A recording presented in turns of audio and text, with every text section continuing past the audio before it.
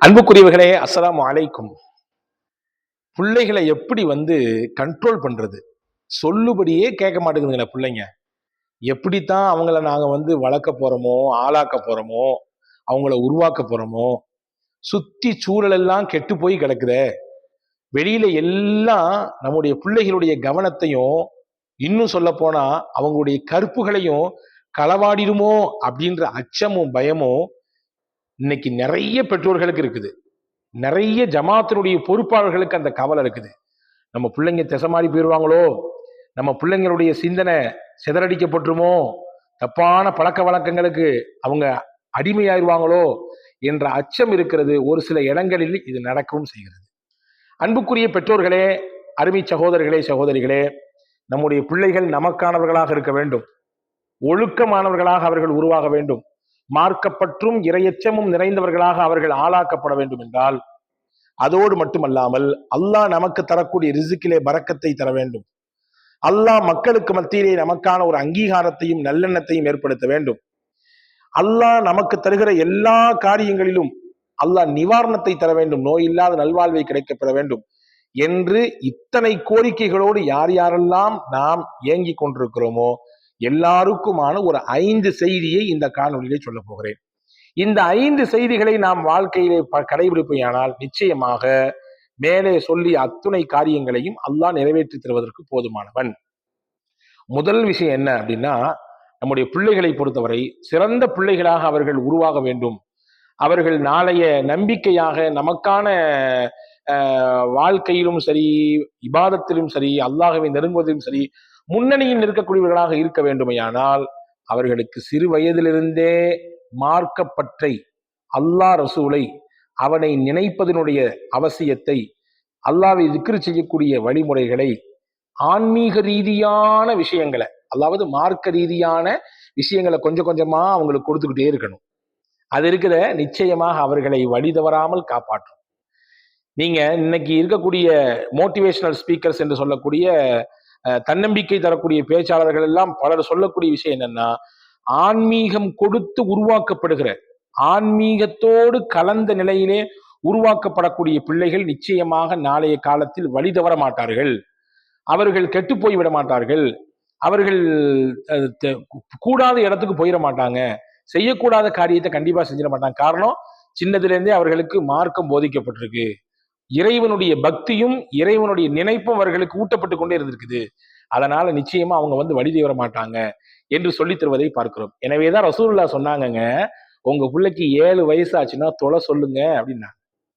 10 வயசு ஆகி தொழலன்னா கொஞ்சமா லைட்டா தட்டி ஒரு 2 அடி அடிச்சாவது தொழுகையினுடைய இம்பார்ட்டன்ஸ் சொல்லி கொடுங்க. அப்படின்னா என்னங்க, இபாதத்திலேயே ஆன்மீகத்திலேயே ரொம்ப உச்சபட்சமான ஒரு இன்பத்தை தரக்கூடிய என்ன தொழுகை. அதை உங்க பிள்ளைக்கு 7 வயசுலேயே கத்துக் கொடுங்க நாங்க ரசூல் ஸல்லல்லாஹு அலைஹி வஸல்லம். முதல் விஷயம் இது. ஆன்மீகத்தோடு உண்டான தொடர்பை, இறை பக்தியை ஏற்படுத்தக்கூடிய விஷயத்தை உங்கள் பிள்ளைகளுக்கு கொடுப்பதற்கு மறந்துவிடக்கூடாது. இதில் முதல் விஷயம். 2வது காரியம் என்ன அப்படின்னா, நம்ம பிள்ளைகளும் நல்லபடியா இருக்கணும். அதே மாதிரி நமக்கு இருக்கக்கூடிய நோயை நீங்கணும். நமக்கு அல்லாஹ் தரக்கூடிய ரிஸ்க்ல எல்லாத்தையும் அல்லாஹ் பரக்கத் செய்யணும்னு நீங்க விரும்புனீங்கன்னா, 2வது நீங்க கையில் எடுக்க வேண்டிய, நாம எல்லாரும் கையில் எடுக்க வேண்டிய விஷயம், எனக்கும் சேர்த்தே சொல்லிக்கிறேன், லுஹாவினுடைய தொழுகை 2 ரக்காத் தொழுகணும். லுஹா தொழுகை 2 ரக்காத் தொழுகணும். லுஹா தொழுகைன்றது எப்போ உள்ள தொழுகை இது அப்படின்னா, ஒரு காலையில சுமார் 10 மணிக்கு தொழக்கூடிய தொழுகை. 2 ரக்காத், 2 ரக்காத். சஹாபாக்கள் சொல்றாங்க, எங்க வாழ்க்கைக்குரிய பரக்கத்தை நாங்கள் லுஹாவிலிருந்து எடுத்துக்கொண்டோம். பரக்கத்தான வாழ்வு வாழணும்னு ஆசைப்பட்டா, நமக்கு வரக்கூடிய வருமானத்தில் அல்லாஹ் பரக்கத் செய்யணும், நம்முடைய குடும்பத்தில் அல்லாஹ் பரக்கத் செய்யணும்னு ஆசைப்பட்டா லுஹாவினுடைய தொழுகையை கையில் எடுத்துக்கொள்ள வேண்டும். சஹாபாக்கள் சொல்றாங்க, பரக்கத்தையும் பெற்றோம், உடல் நலத்தையும் லுஹாவிலிருந்து பெற்றோம்.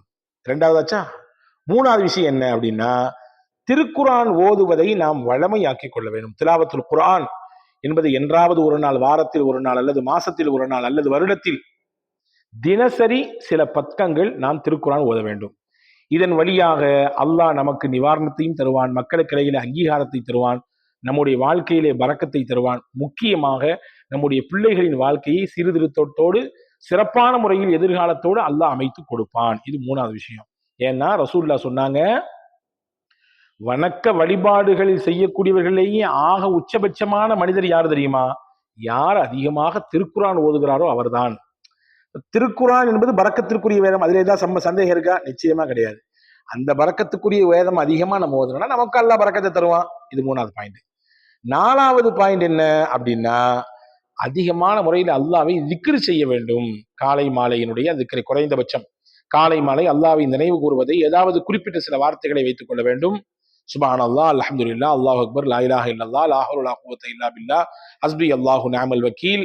எக்கச்சக்கமான அல்லாஹ்வை நினைவு கூறக்கூடிய வார்த்தைகள் இருக்குது. அந்த வார்த்தைகளை ஓதுவதை தினசரி வளமையாக்கி கொள்ள வேண்டும். இதை தினசரி செய்யணும்.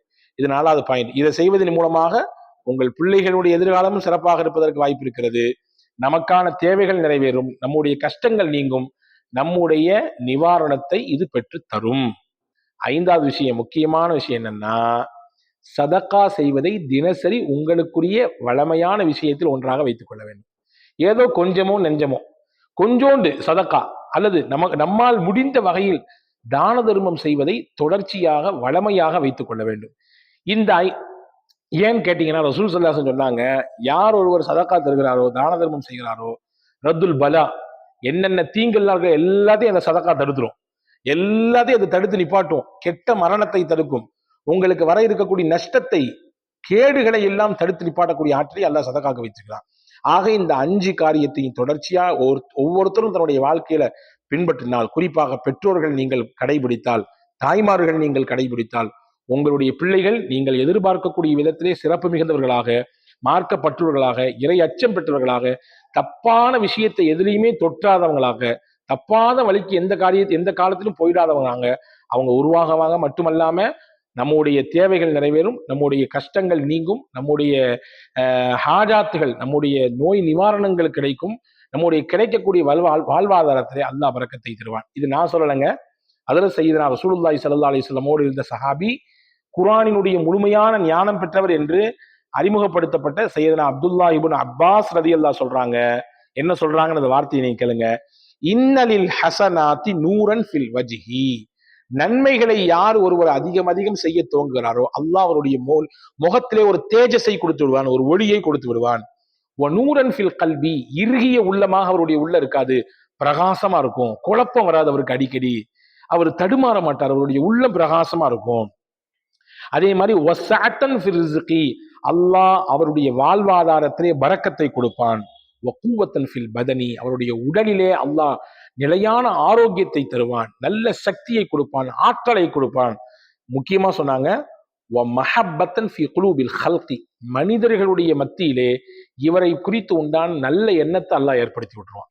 நல்ல எண்ணத்தை அல்லாஹ் மக்கள் மனங்களிலே அல்லாஹ் பதிய வைத்து விடுவான். யாருக்கு இதெல்லாம் கிடைக்கும்? யார் அதிகமான நன்மைகளை செய்கிறார்களோ. எப்ப நீங்க நன்மைகளை செய்ய செய்ய உங்க பிள்ளைங்க அதை பார்க்க ஆரம்பிச்சாங்களோ, தானாக அவர்களுக்கு நீங்கள் சொல்லாமல் ஒரு விஷயத்த சொல்றீங்க, இந்த மாதிரியான நன்மையான காரியம் தான்பா வாழ்க்கைக்கான மூலதனம், அதான்பா அஸ்திவாரம், இதை வச்சுதான்பா நம்ம நல்லா இருக்கிறோம் அப்படிங்கிறத நீங்க சொல்லாம அவங்களுக்கு சொல்லிக்கிட்டு இருக்கீங்க. எனவே ஆட்டோமேட்டிக்கா உங்க வழியில அவங்க வந்து நிப்பாங்க இல்லையா? தாய் போல் பிள்ளை, நூல் போல் சேலை என்று சொன்னாங்களே, அதுவெல்லாம் அது அப்படியே நடக்கும் இன்ஷா அல்லாஹ். எனவே அன்பான சகோதரர்களே, இந்த காரியத்தை 5 விஷயத்தை நம்முடைய வாழ்க்கையிலே பின்பற்றினால் இப்படியான பல பலன்களை நம்முடைய வாழ்விலே அனுபவிக்க முடியும். ஏனென்றால் நன்மைகளுக்கு நிச்சயமாக பலன் உண்டு. அந்த பலனை அல்லாஹ் வாழ்க்கையிலும் காட்டுவான். வல்ல அல்லாஹ் தௌஃபீக் செய்வானாக. உங்களுக்கும் எனக்கும் எல்லா மக்களுக்கும் இந்த மாதிரியான நற்காரியங்களை செய்வதற்கு அல்லாஹ் வாய்ப்பை வழங்குவானாக. இந்த காணொளி உங்களுக்கு பிடித்திருந்தால் உங்களுடைய நண்பர்களோடு, உங்களுடைய குடும்பத்தினர்களோடு இதை நீங்கள் பகிர்ந்து கொள்ளுங்கள். நல்ல விஷயம் பரவுவதற்கு நீங்களும் ஒரு வகையிலே காரணமாக இருங்கள். எல்லாம் வல்ல அல்லாஹ் தௌஃபீக் செய்வானாக. வஸ்ஸலாம். அஸ்ஸலாமு அலைக்கும்.